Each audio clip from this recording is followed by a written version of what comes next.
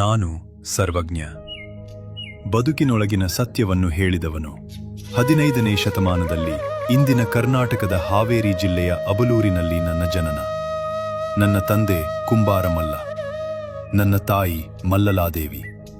ಕುಂಬಾರ ವೃತ್ತಿಯಲ್ಲಿ ಹುಟ್ಟಿದರೂ ನನ್ನ ಪ್ರಶ್ನೆಗಳು ಸಮಾಜದವರೆಗೆ ತಲುಪಿದವು. ನನ್ನ ಹೆಸರಿನ ಬಗ್ಗೆ ನಾನು ತಾನೇ ಹೇಳಿದ್ದೇನೆ. ಮುನ್ನ ಪೂರ್ವದಲಾನು ಎನ್ನಯ ಪೆಸರು ಪುಷ್ಪದತ್ತನು ಎಂದು ಮನ್ನಿಪರು ನೋಡ ಸರ್ವಜ್ಞ. ಮೊದಲು ನನಗೆ ಪುಷ್ಪದತ್ತ ಎಂಬ ಹೆಸರಿತ್ತು. ಆದರೆ ನನ್ನ ಮಾತುಗಳ ಅರ್ಥವನ್ನು ನೋಡಿ ಜನರೇ ನನ್ನನ್ನು ಸರ್ವಜ್ಞ ಎಂದು ಕರೆಯಲಾರಂಭಿಸಿದರು. ಯೌವನದಲ್ಲೇ ನಾನು ಮನೆ ತೊರೆದೆ. ಶಿವ ಮತ್ತು ಪಾರ್ವತಿಗಳನ್ನೇ ನನ್ನ ನಿಜ ಪೋಷಕರು ಎಂದು ನಂಬಿ ಸತ್ಯದ ಹುಡುಕಾಟಕ್ಕೆ ಹೊರಟೆ. ನನ್ನ ಬದುಕಿನ ನೋವನ್ನು ನಾನು ಮರೆಮಾಡಿಲ್ಲ. ಮಕ್ಕಳಿಲ್ಲವು ಎಂದು ಅಕ್ಕಮಲ್ಲಮ್ಮನು ದುಃಖದಿ. ನನ್ನ ತಾಯಿಯ ದುಃಖ ನನ್ನ ಹೃದಯವನ್ನು ಕದಡಿತು. ಅದೇ ನೋವು ನನ್ನ ಕಾವ್ಯದಲ್ಲಿ ಸತ್ಯವಾಯಿತು.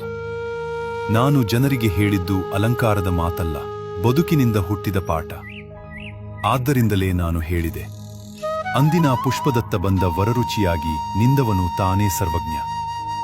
ಜ್ಞಾನ ಅಹಂಕಾರದಿಂದಲ್ಲ, ಅನುಭವ ಮತ್ತು ವಿಚಾರದಿಂದಲೇ ಮಾನವನು ದೊಡ್ಡವನಾಗುತ್ತಾನೆ. ನಾನು ಪ್ರಸಿದ್ಧನಾದದ್ದು ತ್ರಿಪದಿ ಕಾವ್ಯದಿಂದ. 3 ಸಾಲುಗಳಲ್ಲಿ ಪೂರ್ಣ ಬದುಕಿನಕಿನ ಅರ್ಥ. ಧರ್ಮ, ನೀತಿ, ಅಹಂಕಾರ, ಸುಳ್ಳು, ಸತ್ಯ ಎಲ್ಲವನ್ನೂ ಸರಳವಾಗಿ, ನೇರವಾಗಿ ಹೇಳಿದೆ. ನನ್ನ ಕಾವ್ಯ ಅರಮನೆಗಾಗಿ ಅಲ್ಲ, ಪಂಡಿತರಿಗಾಗಿ ಮಾತ್ರವೂ ಅಲ್ಲ, ಸಾಮಾನ್ಯ ಜನರ ಬದುಕಿಗಾಗಿ. ಮಕ್ಕಳೇ, ಪ್ರಶ್ನೆ ಕೇಳಿ, ಯೋಚಿಸಿ, ಸತ್ಯವನ್ನು ಧೈರ್ಯದಿಂದ ಹೇಳಿ. ಅದೇ ನನ್ನ ಜೀವನದ ಪಾಠ. ಈ ಮಾತು ನಿಮಗೆ ತಲುಪಿದರೆ ಮನದಲ್ಲಿ ಉಳಿಸಿಕೊಳ್ಳಿ, ಇತರರೊಂದಿಗೆ ಹಂಚಿಕೊಳ್ಳಿ, ನಿಮ್ಮ ಅಭಿಪ್ರಾಯವನ್ನು ಹೇಳಿ.